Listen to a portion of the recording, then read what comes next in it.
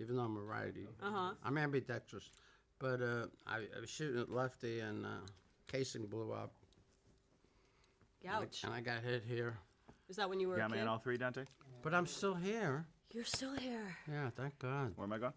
All right. Yeah, you good? Good? Yeah. Ace Frehley, South Sticks.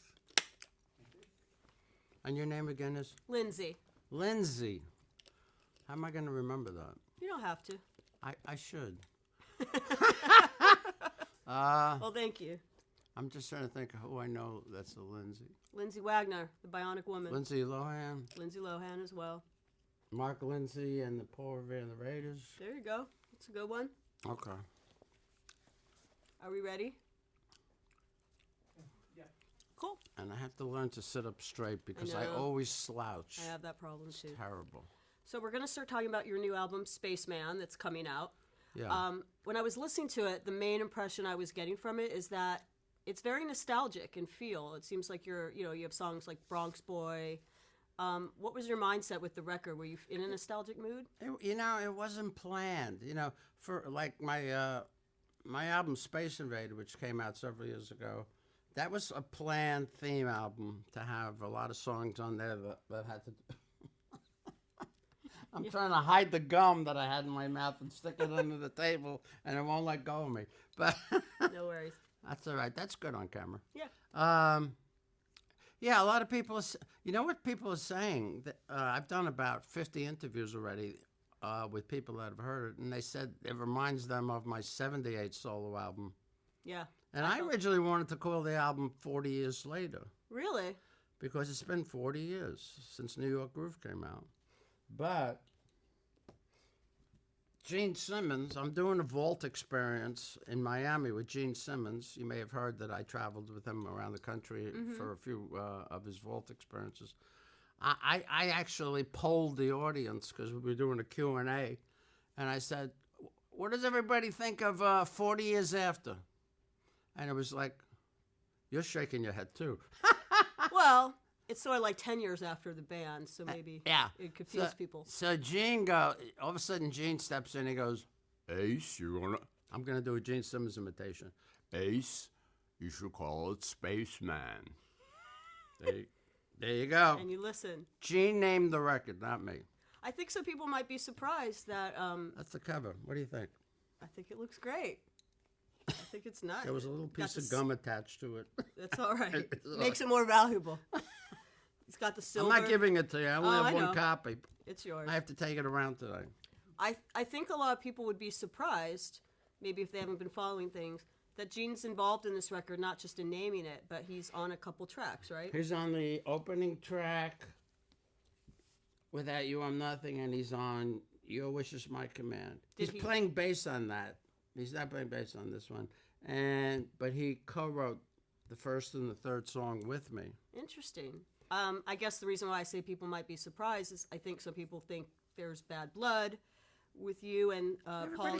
Everybody keeps saying that. Some people think that. There's no bad blood. I mean, think about it. A year ago, Paul Stanley did a video with me for Fire and Water and sang on Origins Volume 1.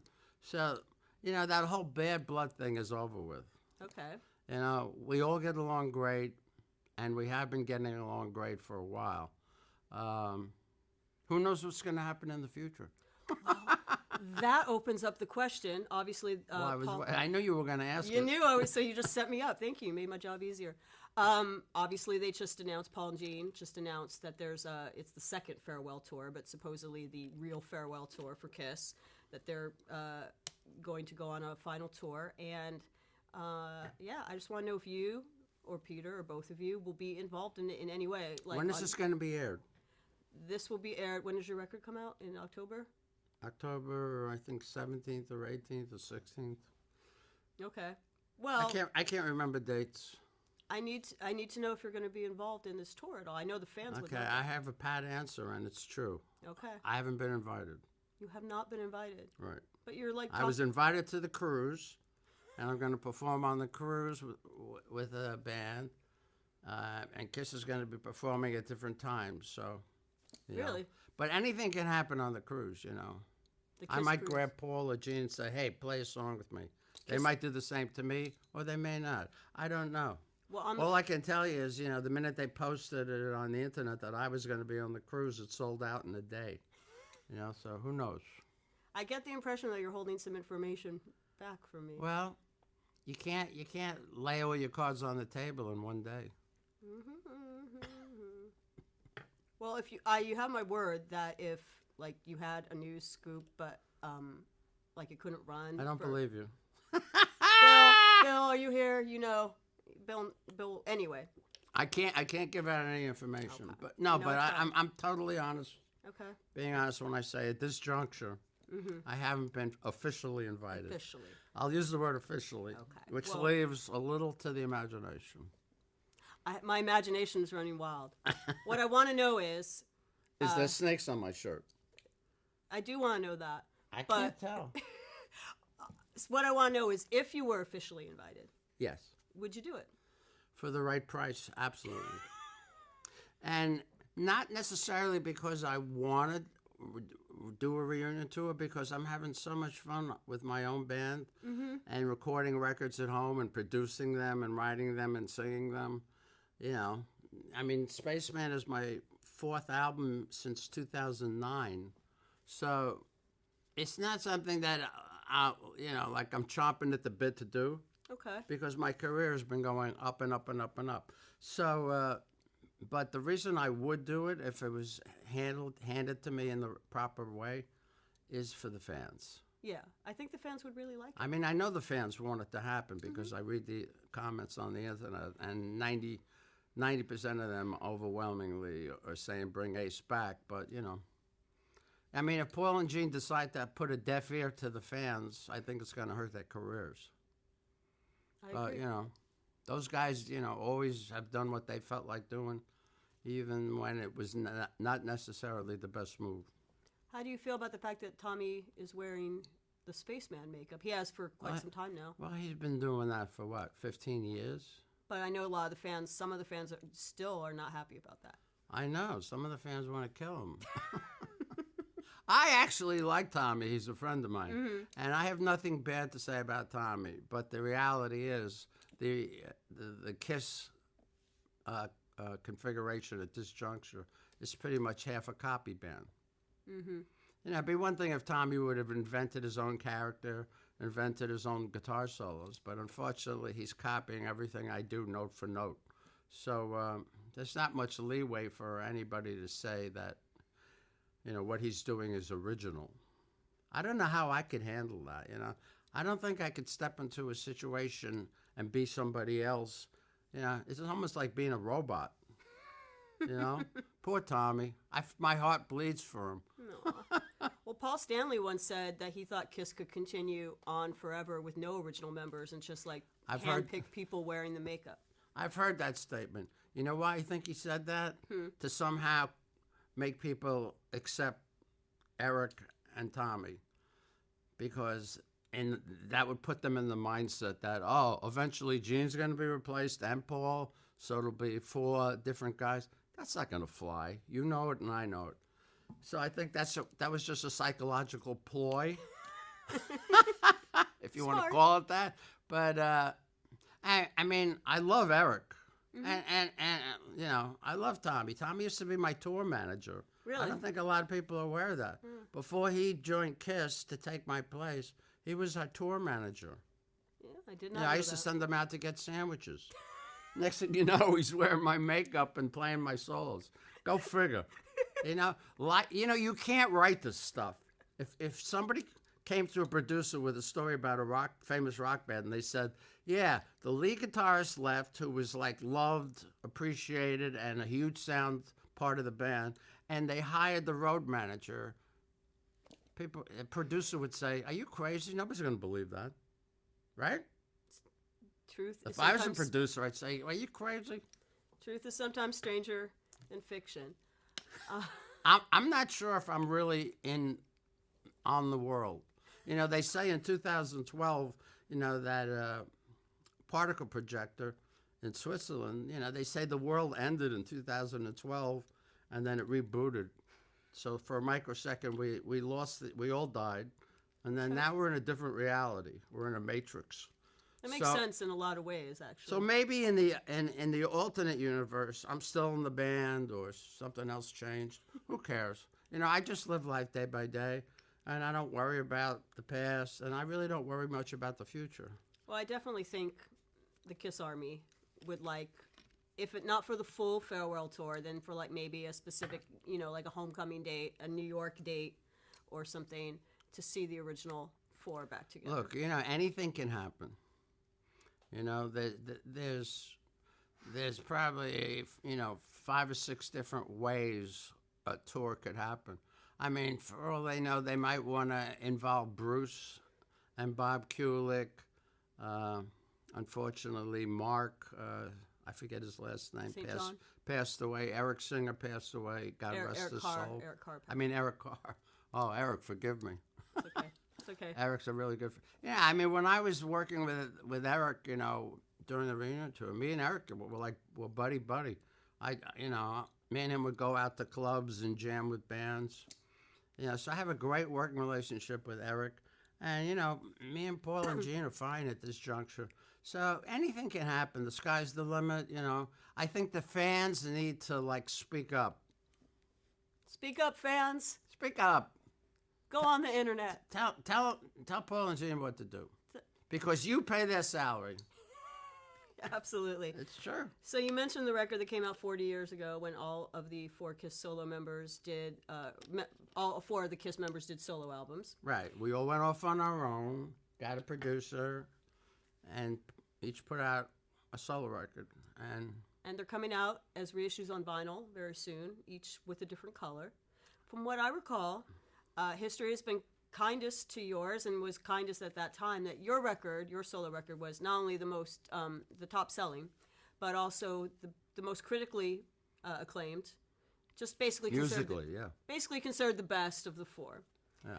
And that must have been a proud moment for you. But I'm wondering if that caused any division in the band at the time among egos or whatever, that your album was the one that kind of stood out. Well, Paul and Gene really didn't want to.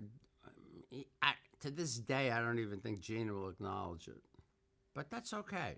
They have a problem. They have big egos, and they'll be the first ones to admit it. I have a big ego, but not quite as big as Gene's. Gene likes to talk about 3 people, me, myself, and I,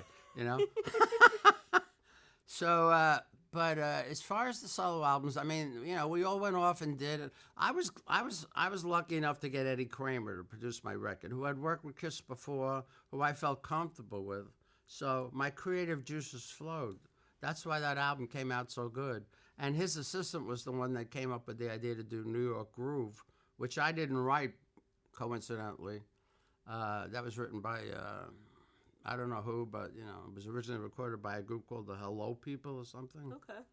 And but that was my biggest hit, and I was against doing it. Eddie just talked me into it. He says, "Please, Ace, try the song," and it turned out being my biggest hit.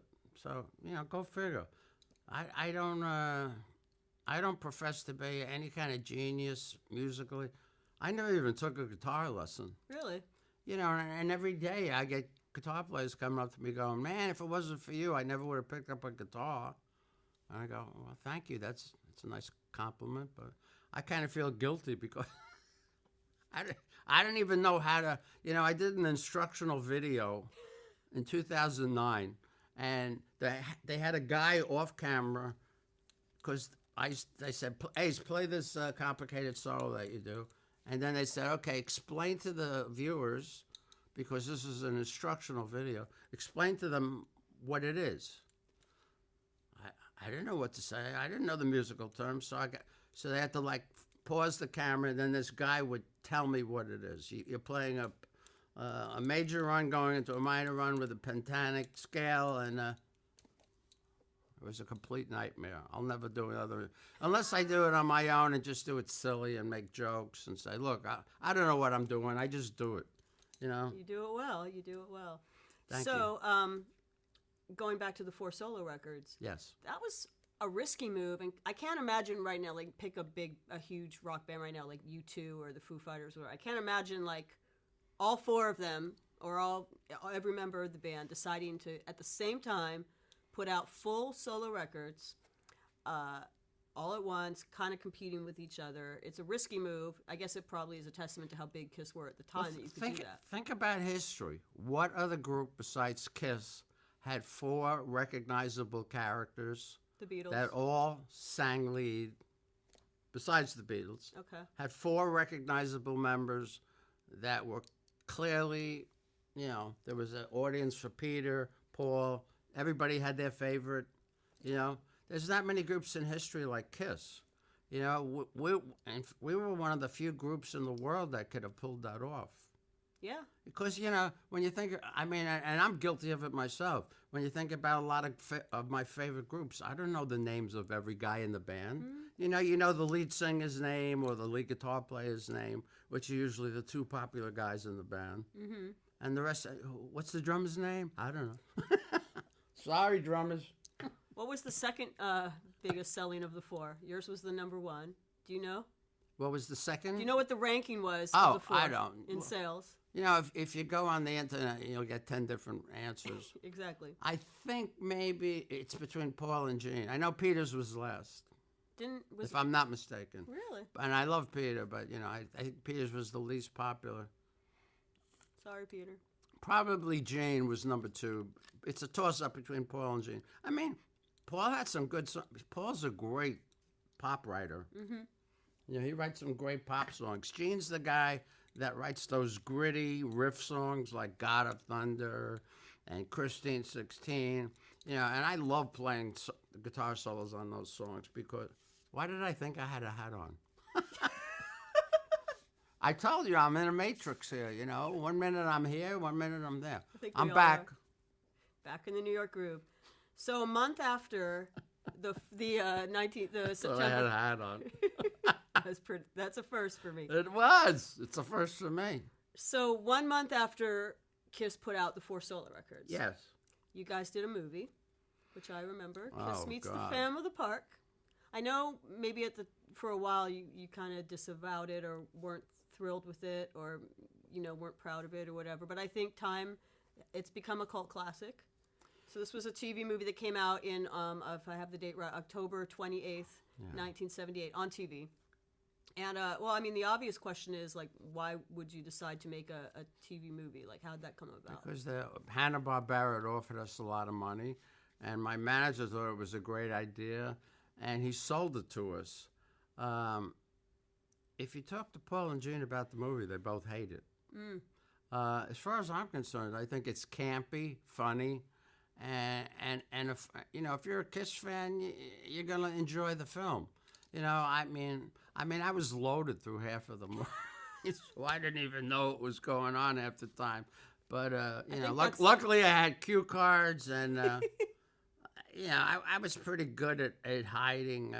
I didn't drink too much when I knew I had a important scene, and one of the guys on the set was a cocaine dealer. I'm not going to mention any names, but he used to keep cocaine in his hat and come to my trailer.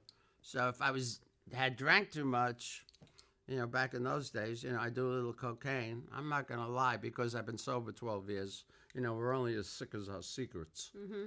So in those days, I do a little coke. If I drank too much, which would give me a little pick-me-up, and then I'd be ready for the scene.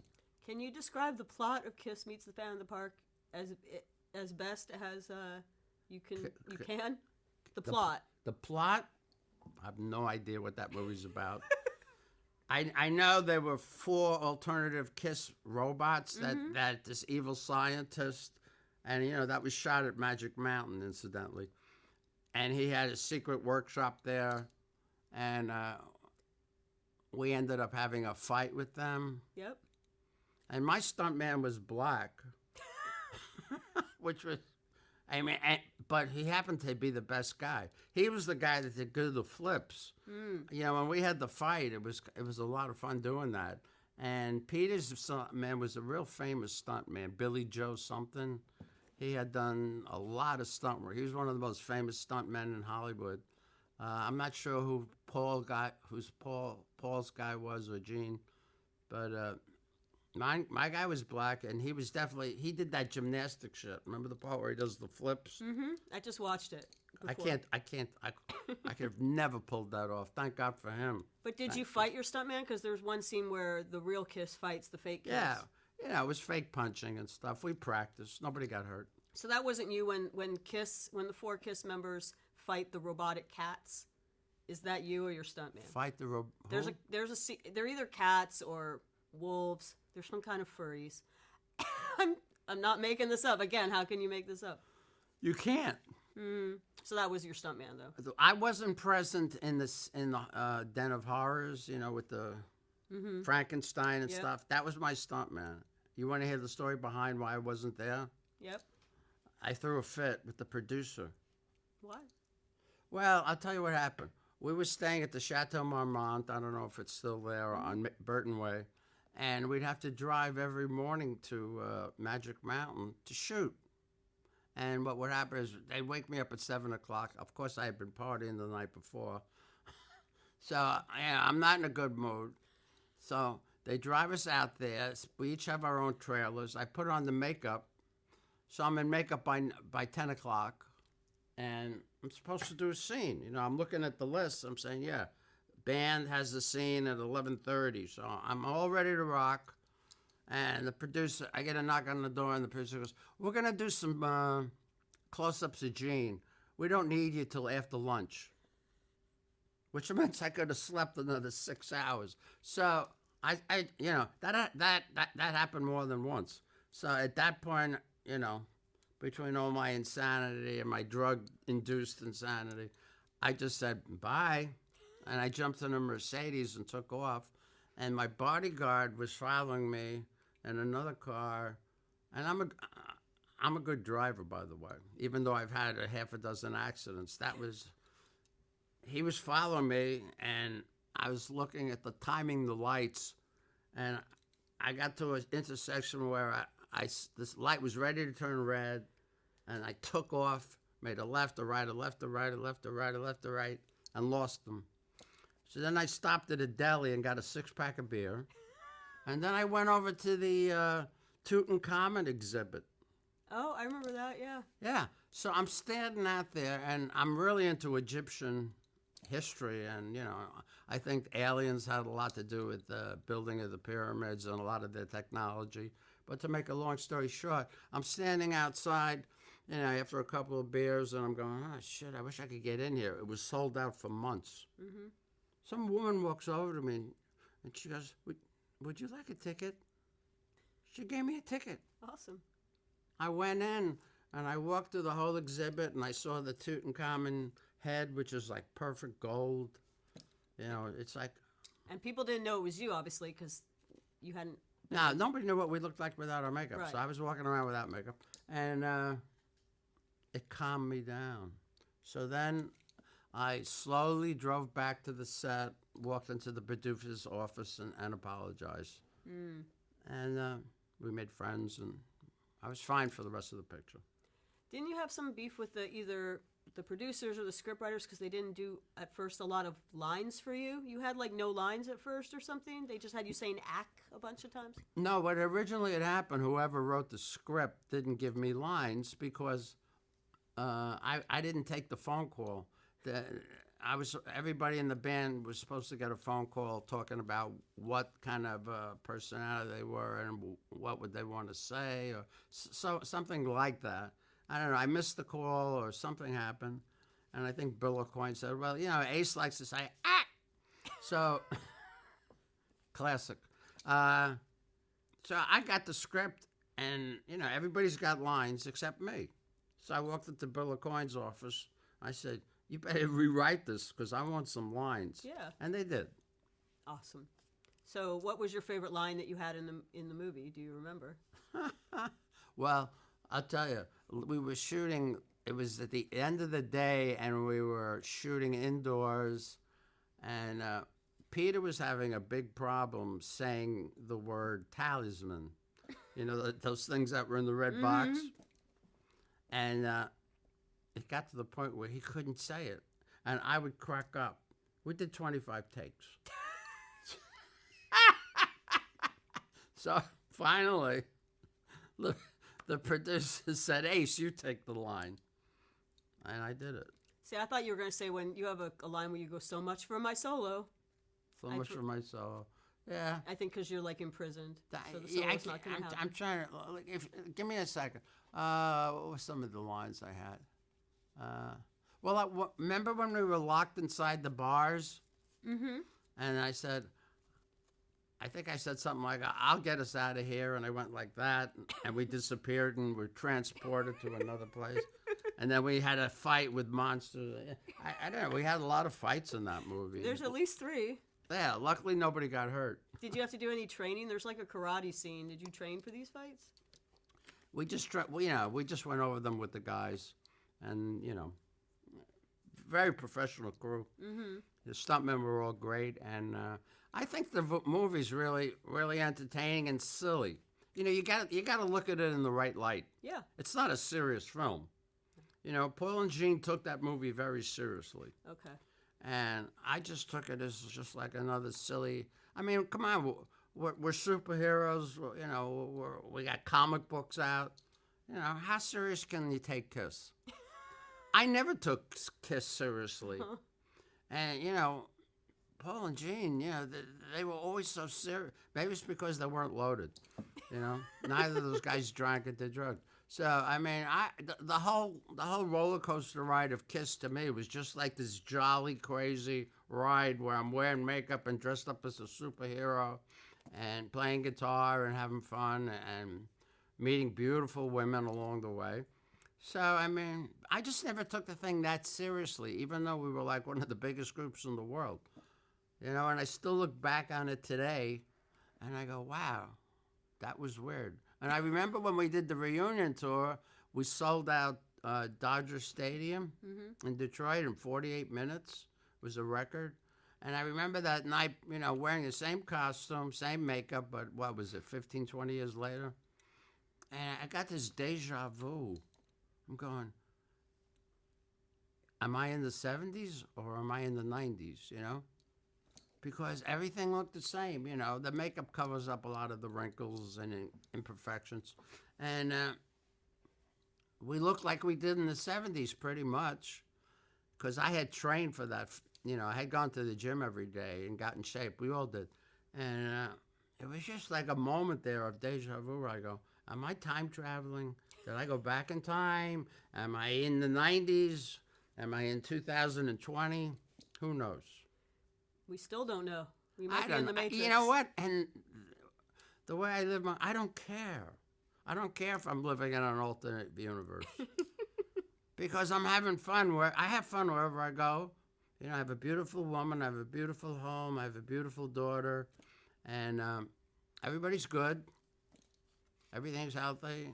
I can pay my bills.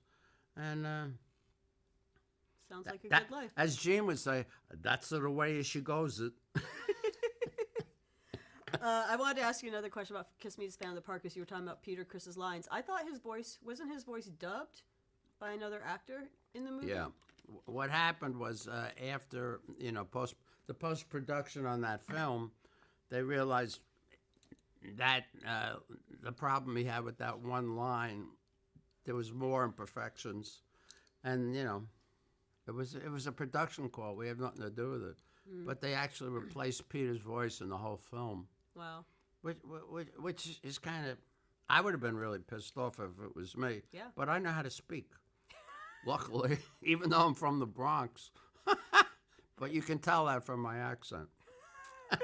Where are you from? I'm from LA, actually. Oh, okay. Well, that makes sense. We're in LA. Born and raised. Was he pissed? Excuse me? Was he upset, Peter Criss, when? I never really talked to him about it. I'm sure he was. I'm sure he was. But you got to be honest with you, Peter at the time was as loaded as me, if not more, and he may not even have known for a while. But the guy that they got to dub his voice, was pretty good. Yeah, I thought it was him at the time. And Peter may not have caught on right away. God bless him. He's 72. And he's still alive. He's a breast cancer survivor. What does that mean? How many guys get breast cancer? You don't hear about very much. I've never heard about it. rare. I've never heard. It happens, but it's not. I know common. it happens. It's sad. I mean, cancer is sad for anybody, but you know, I would say 98% of the cancers, breast cancers, are women. Right. But yeah, that was, and I only found out about that after the fact, or I would have, you know, visited them in the hospital and so on and so forth. But yeah, nobody told me anything. Do you guys still talk now? Are you in touch, you and Peter? Yeah, I mean, you know, most of the time when I want to talk to Peter, I have to talk to his wife. She's like his manager, Gigi. She's a nice lady, and but I don't even think Peter has his own cell phone, or if he does, I don't have the number. You know, when I do business with Paul and Gene, I call Paul, he picks up. He goes, "Ace Frehley, how you doing?" Gene says the same thing. You know, when I want to talk to Peter or get, you know, ask him a question, it's Gigi I go through. So you have no idea if he would be open to doing any reunion stuff on this farewell tour? Well, you know, for the right price, I'm sure he'd do it. You know, I mean, it's tough to turn down a couple of $1 million, you know. Yep, understandably. I mean, let's face it, our last reunion tour, which was how long ago? 20 years ago? 96, I Yeah, believe. 22 years ago. Wow. The first year of that reunion tour, we grossed $250 million. And that was 20 years ago. So what would it be today? Probably double that? Mm-hmm. $500 million? I'm there. I'll be there too.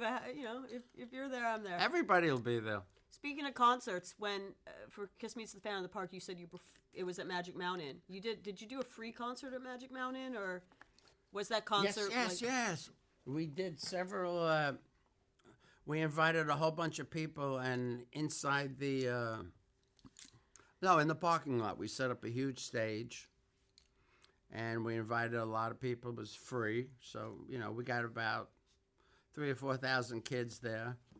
And we performed, and then there was, as you said earlier, there was another fight scene on the stage. You said at least 3 fight scenes. At least. Yeah, and but the audience was great because you know the producer would say cut, you know the audience would be quiet, and we'd have to adjust something because the camera angles weren't right or something, so on, and so the lighting wasn't right, and we'd have to reshoot a scene of the fight scene or you know whatever, and you know we were lip syncing to pre-recorded music, so we didn't really have to perform. We just had to look like we were, mm-hmm. which happens all the time. I mean, the Fire and Water video, you know, it's we just lip sync. So when this movie came out, or actually before it came out, when did it come out, by the way? Late October 1978. So we're coming up on the 40th anniversary. Wait a minute, it came out the same year my solo album came out? A month later. God, I mean, we did so much in a short span of time. I know, it's crazy. What are your memories when you first saw it? Did they show it to you like at a special screening, or did you like go the editing? I never really had any negative feelings about the film. I thought it was funny. I laughed at some of the scenes, you know. I cringed at some of the scenes, but you know, I was intelligent and smart enough to realize that, you know, it was what it was. It was just a silly rock and roll movie that was designed for Kiss fans, you know. It wasn't, you know, love story.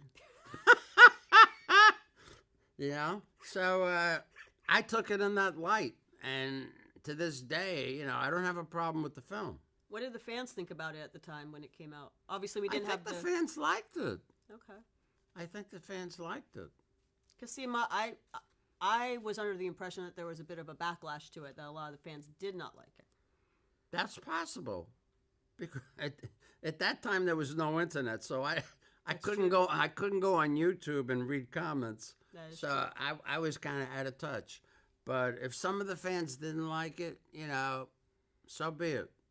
A lot of fans didn't like the album The Elder. Were you involved in that? Yeah, I played guitar on it. I thought that was... And I wrote 2 songs. I wasn't sure because that was around the time you were leaving. I wasn't sure how much I left because of that album. Can we talk about music from The Elder? I'm sure. fascinated by it. We recorded most of it in my home studio. Okay, well, I wasn't sure because I knew it was around Yeah. the time you left, so I wasn't sure how much involvement you'd have. This is what happened with the Elder. Okay. You know, I picked up Bob Ezrin, the producer, at my local airport because I lived in Wilton, Connecticut. I had a 7-acre estate, and I had built a $1 million recording studio.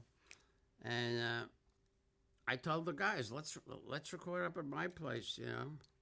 And everything was going great for a while, and then eventually the guys said, you know, they wanted to move the location, or Bob Ezrin wanted to move the location. So where do we go? We go up to Canada to Bob Ezrin's home studio.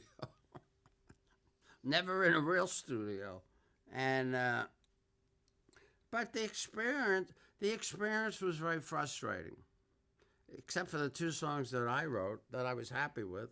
You know, I thought, and I kept telling Paul, Gene, and Bob, and I think it was Eric at the time, I said, this is the wrong album for this time. I go, kids are expecting a hard rock heavy record. And you want to give them this themed album about some weird guy who wears a hood and walks around and is a, you know what I mean? What was the plot or it was a concept album, but I'm sketchy on what it was about. What was the name of the guy? It was just some like weird hermit or something, or wizard or something. Okay. Yeah, but I mean, you know, it was very loosely based on a concept, and I think Gene may have thought that it would be a spin-off to a film or something like that. But, you know, Gene's take on reality isn't really what it is. You know, I mean, Gene grew up in Israel until he was about 8, and then he moved to America. And, you know, he was a Hasidic Jew for a while until he, you know, broke out of that and you know, and then got involved with music in college. But, you know, he has no street smarts. You know, I was the kind of guy that grew up in the Bronx and hung out on the corner candy store. I had my pulse you know, I'm a street kid, you know. You can throw me in the middle of Compton. I'll survive one way or the other. And so, you know, Gene doesn't have that background, so it's amazing. I mean, I love Gene, but it's amazing how many ideas he's brought to me. And I said, are you crazy? That would never fly, you know? And it's sometimes he doesn't know the difference sometimes between what's cool and what isn't. And it's not his fault, because he didn't grow up watching the same TV shows that we watched, and he wasn't involved in the American culture until much later in his life. So, you know, he's a little, you know, out of it as far as, you know, he doesn't have those street smarts that I have and Peter had. And, you know, Paul grew up in Queens, but, you know, he wasn't involved in gangs and hanging out and getting in trouble and stealing cars and getting arrested like I'm not bragging about it. It's just the way it was. And so, you know, he didn't have great street smarts himself. So it was really up to me and Peter was more silent than I was. But I would really exercise my ideas. And during the Elder, you know, we had a lot of fights. I said, this record's not going to make it. It's gonna bomb. And they kept saying to me, no, Ace, just play your guitar and do this and do that. I said, all right. And look what happened. Do you think that was the idea to do music from the Elder? Was that like Gene or whoever's, how much should I put this? Were they trying to make a stab at being credible and serious because that had eluded, you know, critical acclaim, had eluded Kiss for their career? They want to make a serious record? You have to realize what Kiss is. We're just a comic book superhero rock and roll act, and luckily we've had we do have talent, and we do have the ability to write good, catchy songs. You know, the way we look, if we didn't have the songs to back it up, that people still to this day fall in love with. You know, I mean, you know, my solo album today, you know, it holds up 40 years later. Why? Because I have talent. And I never even took a guitar lesson, but I did grow up in a family of 4 musicians. My older brother, my older sister, my mother and father both played, you know, piano. Hold on one second. What happened? Hard to be sure. So we got a bomb scare? That's weird. Can we continue, or do you need to reset or anything? No, please All right, continue. continue with what How you're long saying. was this supposed to run? We're almost done. Okay. I don't no, want I'm to having stop. fun. I'm having fun. I love I'm talking having so about much this fun. I stuff. don't want to stop. I forgot what I was talking about. You were talking about you grew up in a family of musicians. Yeah, that's what, you know, when I say I never took a guitar lesson, I never took a professional guitar lesson. You know, my brother picked up folk guitar. He's 2 years older than me, and you know, he showed me E, D, and A. You know, because he played folk music.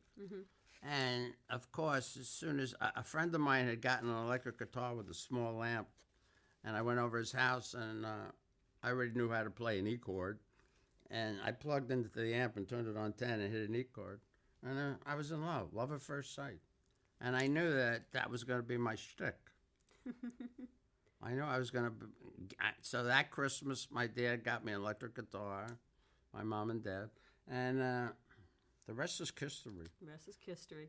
But there's a lot between the time I joined Kiss and my first guitar that's I'm going to talk about a lot more in my second book, which right now the working title is No Regrets 2.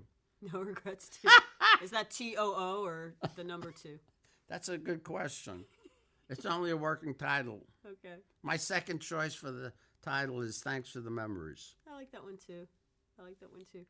To go back to the Elder though, because Yes. so I that was the didn't album. mean to throw you off base. No, don't worry.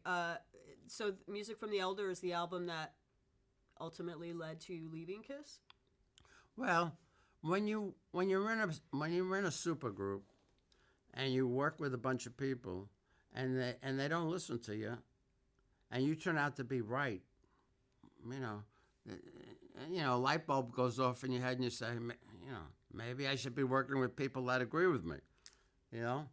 And the same thing happened to me when my solo album became the most successful of the 4.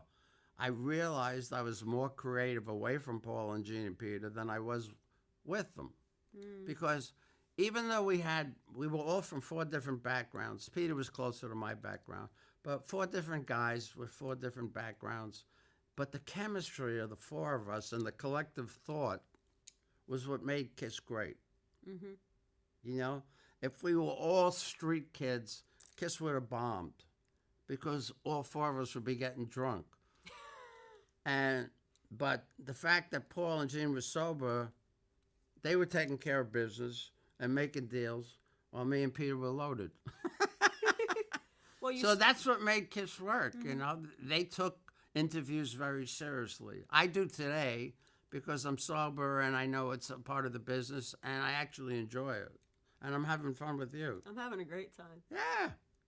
Do you say no regrets, but do you regret that while Paul and Gene were, as you say, taking care of business and being serious with on that end of things, the business side of things, that you were off partying? Do you wish you'd been a little bit more involved in that side?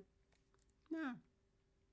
I don't regret anything that I've done because, you know, I realized I had to go through all the ups and downs. You know, I ended up in jail, you know. I don't want to get into all the negative shit that happened to me, but, you know, I really ended up hitting bottom. But I think I had to do that to get to where I am today. And that's why I call it No Regrets. You know, my AA sponsor said, you know, I hate to bring up AA or anything. Some people think it's a cult. Give me a break. It saves people's lives. But, you know, I still talk to him today. And words of wisdom. He helps me out every time I get into a bind mentally or, you know, I'll call him up and he'll go, just take care of yourself. If you take care of yourself, everything else around you will work out. You know, and then I take a deep breath and you know, he's right, you know. And What else was what was the question? Oh, we were talking about your exit from music from the Elder, but I think you answered the question. Yeah, I just realized I needed to be away from those guys. But incidentally, I was doing an interview with Billboard in New York a couple years ago, and somebody said to me, if the Elder was never recorded and you went from your last album to Creatures of the Night, would you have left the band?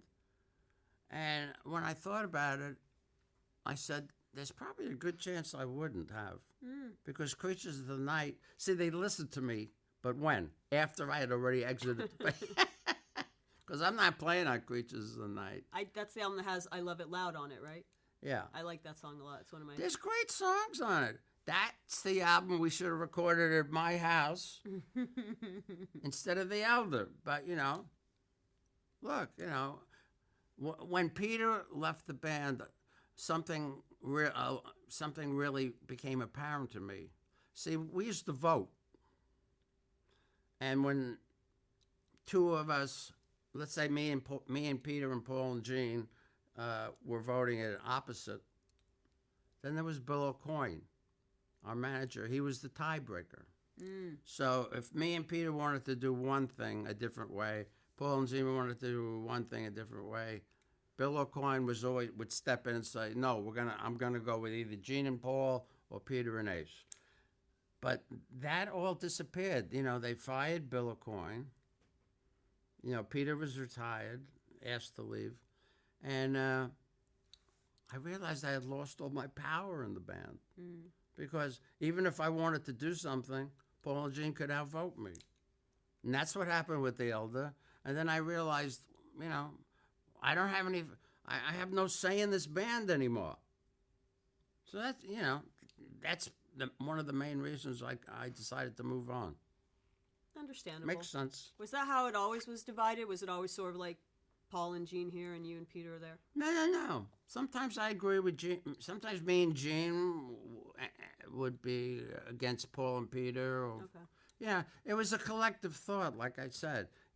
We all gave our 2 cents, and whatever seemed to make the most sense usually won out. But that's when you have a democratic society, which is what America is. Whoever. I don't know if the Illuminati or the White House is running the country, but who gives a crap? You hear all these crazy rumors. I don't get into politics, but we had a democratic group, and we used to have weekly meetings. Oh wow! Every week we'd sit down at a table, and if there was something bothering somebody, I said, let's get it out. And a lot of times I was kind of like the mediator in the group. If there was a fight amongst, Paul and Peter used to fight a lot because sometimes Peter would speed up or slow down, and Paul would go faster, and then Peter would throw a drumstick at him.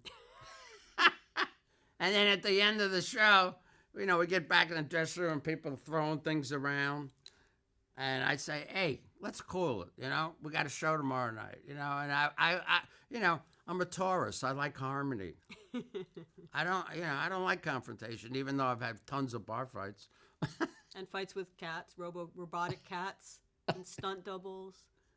Also, you keep talking about robotic. I don't know what you. It was a memorable scene. Those cats, the guys with the white.